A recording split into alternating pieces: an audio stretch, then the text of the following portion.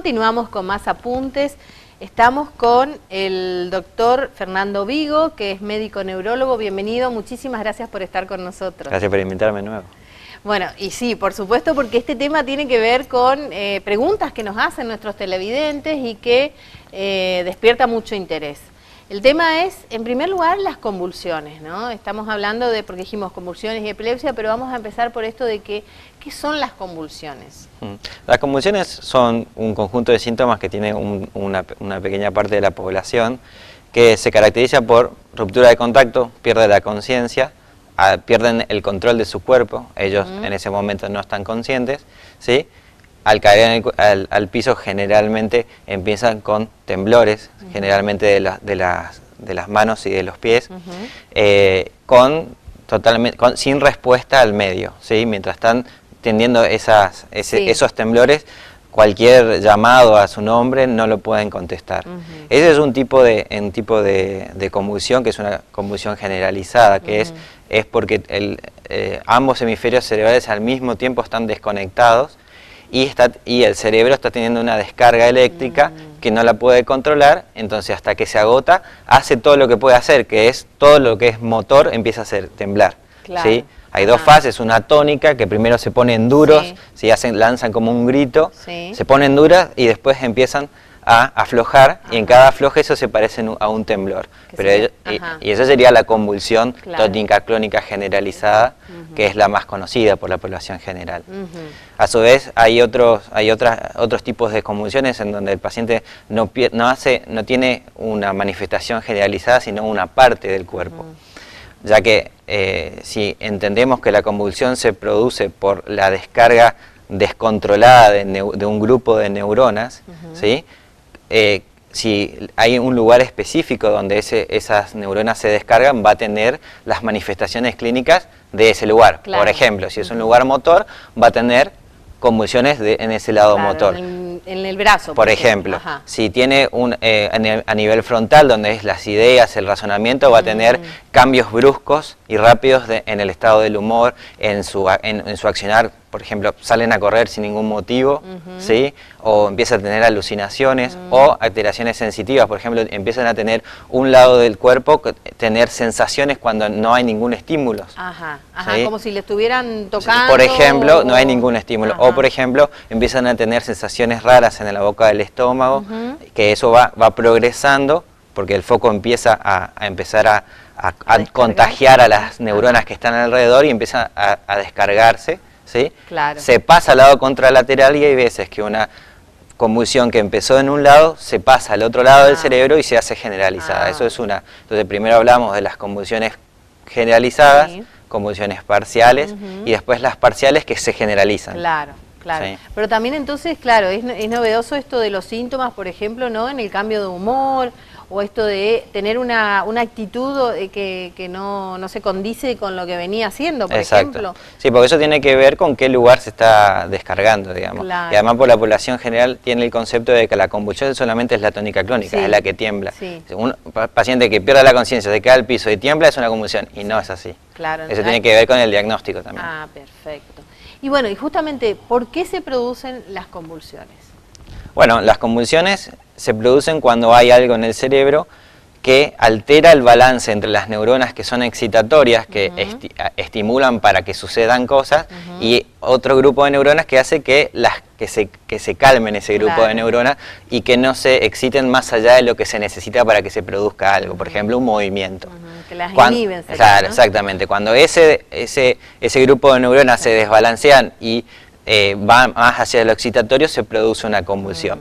Por ejemplo, cuando hay lesiones focales, por ejemplo, cuando hay un tumor cerebral, cuando hay un ACV que dejó una secuela, una cicatriz, que luego eso se transforma en un foco que genera electricidad, más allá de la electricidad del cerebro. El cerebro es bieléctrico, es como una batería, ¿sí? Por eso tiene la capacidad de producir electricidad y se maneja de esa manera.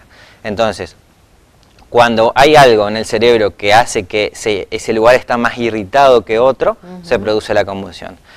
Eso es hablando de convulsiones secundarias, es porque hay algo específicamente que produce que hay más excitación. Sí, un traumatismo puede ser. Un traumatismo de cráneo también, en los niños puede ser las crisis febriles, la fiebre, trastornos del metabolismo, por ejemplo, mucho sodio en sangre, poco sodio en sangre, hiponatremia, hipernatremia. Hay un montón de cuestiones clínicas que pueden evolucionar a una convulsión. Claro, claro. Entonces, y esas son, decíamos, secundarias. Secundarias.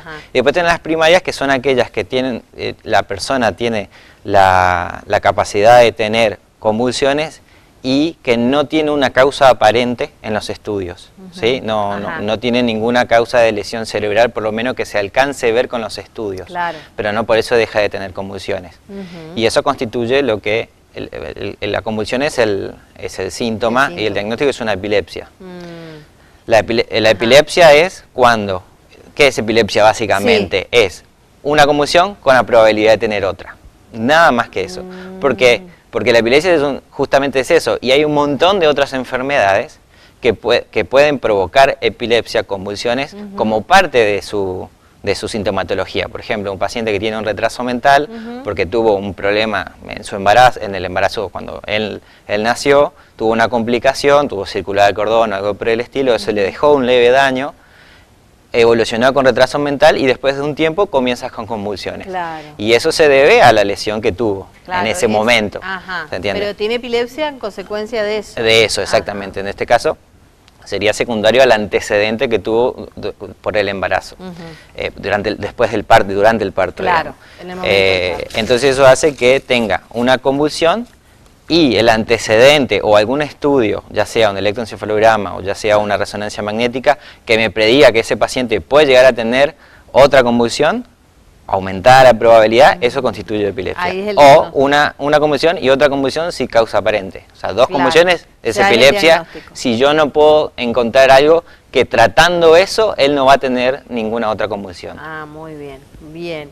Bueno, ya continuamos hablando de epilepsia. Vamos a saludar en este caso a Óptica Visión Plus de la ciudad de Oberá, que elabora cristales con tecnología avanzada, bifocal y multifocal, con entrega inmediata, anteojos de receta, sol y lentes de contacto de las mejores marcas, atienden todas las obras sociales. Visión Plus Óptica tiene la solución para tu vista, está en la ciudad de Oberá, en la calle Santa Fe, 198.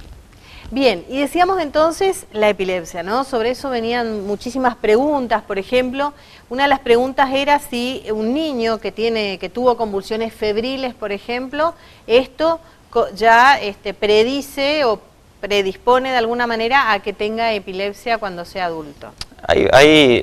Si un niño antes de los 5 años tiene convulsiones que son específicamente en el contexto de una fiebre alta, se puede tratar de solamente convulsiones que son justamente febriles y que después no va a evolucionar a una epilepsia, o sea que sin fiebre no va a continuar haciendo convulsiones. ¿Sí?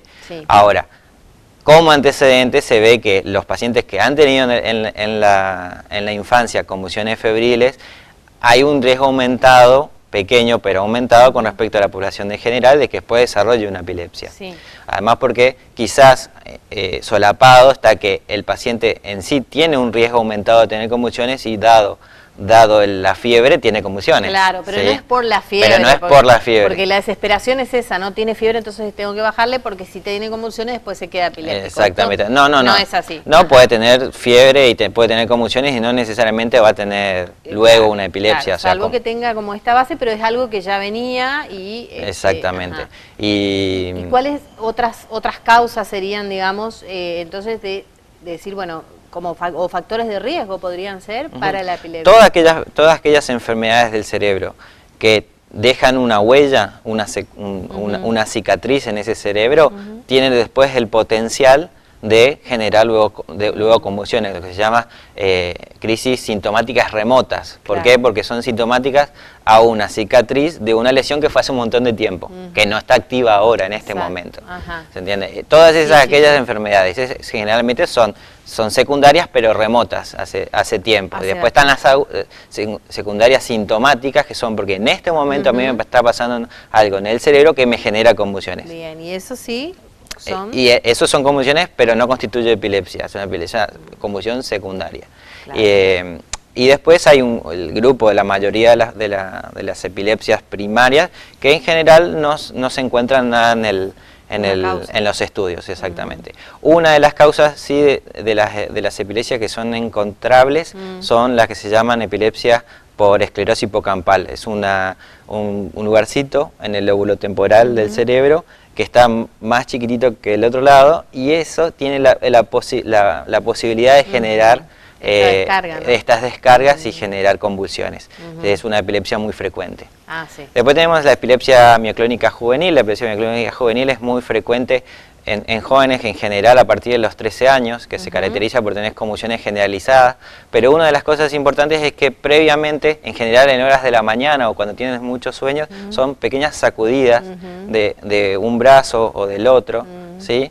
En donde, por ejemplo, no sé, están con el control remoto mirando en la tele y se les cae, o se les cae la taza por estas sacudidas. Claro. También son mioclonías, y en general después esas mioclonías se pueden provocar una convulsión. Bien. ¿Sí?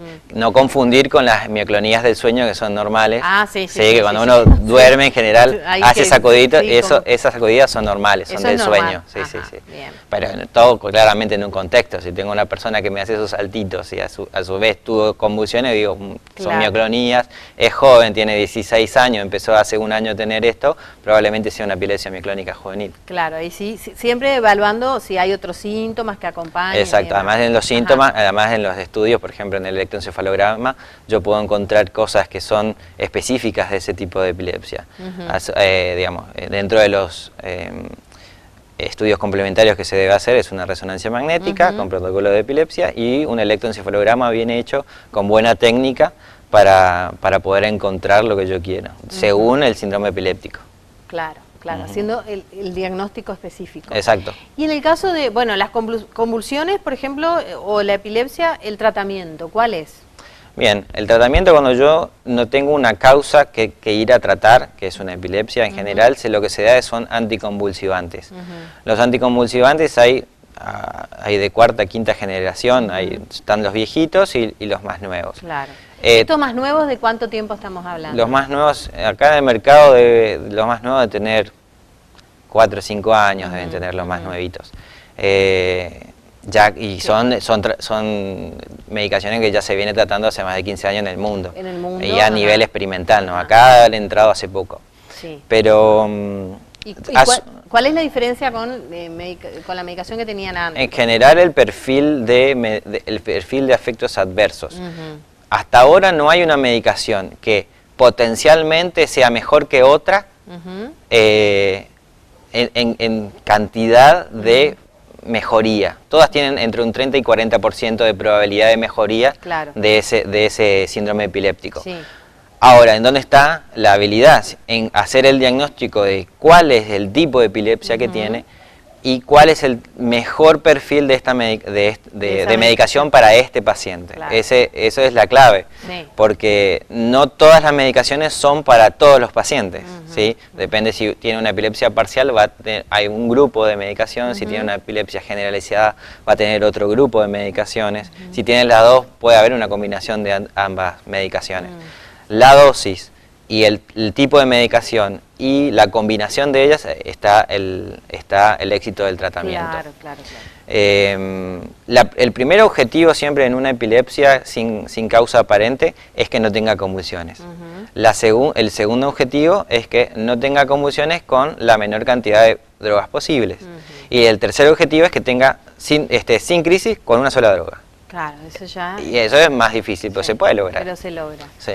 Siempre eligiendo correctamente la medicación para ese paciente, para ese tipo de epilepsia. Particularizado en forma absoluta. Es absoluta, sí, es la única forma. Y además en el seguimiento. Se va probando también, exactamente. ¿cierto? No es matemático. Es la epilepsia es el paradigma del digamos, es como debería ser la mayoría de los tratamientos personalizados, en donde mes a mes, cada 2 meses, viene el paciente a contarte cómo le fue y se hace un ajuste en base a lo que te cuenta. Específicamente. Porque no hay estudios, no hay absolutamente nada, otra cosa que reemplaza a que venga el familiar y el paciente a contarme cómo le fue, entonces yo tomo una conducta con respecto a lo que él me dice. Claro, porque es cómo responde cada organismo de forma particular. Cada paciente es único y va a responder de su propia manera a una medicación, que capaz el hermano también tiene epilepsia y el hermano anda con una medicación que el otro hermano no.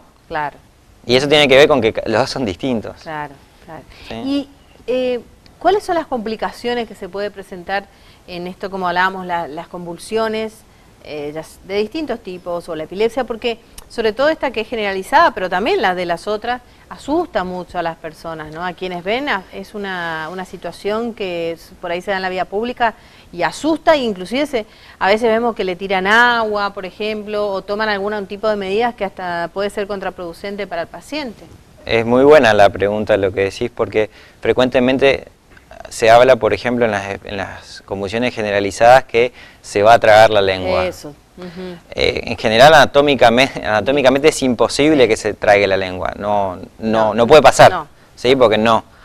Lo que se escucha generalmente, que cuando un paciente está teniendo crisis tónica generalizada, es un ronquido, ¿sí? que es porque está haciendo espasmo los músculos respiratorios, ¿sí? Entonces tiene durante el minuto y medio que dura la convulsión, tiene esos espasmos y dice, se está tragando la lengua, vamos a abrirle la boca. Claro. Y en general lo único que hace es que la persona que lo quiere abrir se lesione la mano porque lo muerden, o lo terminan lastimando tratando de abrir, hasta que lo abren cuando ya pasó la convulsión. ¿Dura eso más o menos? 1 minuto y media en promedio. ¿Sí? No dura más que eso. Lo que uno debe hacer es no tratar de abrirle nada, lo único que tiene que hacer es ponerlo de costado para que si hay vómitos no se aspire con ese vómito, ponerlo de costado, ponerle algún suéter o algo debajo de la cabeza para que cuando esté... los golpes. Para que no se golpee la cabeza, ponerlo de costado y esperar que pase. En general todas las convulsiones son autolimitadas. En 1 minuto y medio, 2 como mucho, terminan. ¿Sí? Y sobre todo el epiléptico, que es conocido, ya se sabe eso. Sí. Y con respecto en la vía pública, el temor que tiene, todo lo desconocido genera temor. Sí. Cuando las personas que ven eso no saben qué hacer, se desesperan y hacen todo menos lo que tienen que hacer. Claro. Que es justamente proteger al paciente, proteger la cabeza, proteger la vía aérea, esperar que pase, y si eso no pasa, o si pasa con algún otro tipo de circunstancias, activar a llamar a la emergencia. ¿Sí? Pero no hay que hacer más que eso. No asustarse y no complicar más las cosas, ¿no? Claro, el miedo te paraliza si no haces nada. Claro. Lo que tenés que hacer es, no pienses mucho, ponerlo de costado, ponerle algo abajo de la cabeza y esperar que pase. ¿Siente algo previamente? ¿Puede llegar a sentir algo? Hay personas que tienen, sobre todo las epilepsias parciales, que generalmente puede tener síntomas que en general son los mismos, porque hay toda una secuencia que dice, a mí siempre. Por ejemplo, el paciente dice, a mí me empieza a sentir como adormecer la mano, después me provoca como una especie de calambre en la boca del estómago, después no puedo decir lo que quiero decir, yo entiendo lo que me dice pero no puedo decir, y después no me acuerdo más. Y ahí el paciente hace una ruptura de contacto, o sea, pierde la conciencia, se cae y empieza a convulsionar. Entonces, en general, cada paciente tiene lo que se llama pródromo, tiene algún síntoma o secuencia de síntomas que dice, me está por agarrar. Claro, ya se conoce. Ya se conoce y empieza. En general y eso es muy propio de cada paciente, porque eso lo sienten ellos. ¿Sí? Pero es importante también que lo conozcan y los familiares y demás para poder tomar estas medidas como de prevención. Exacto.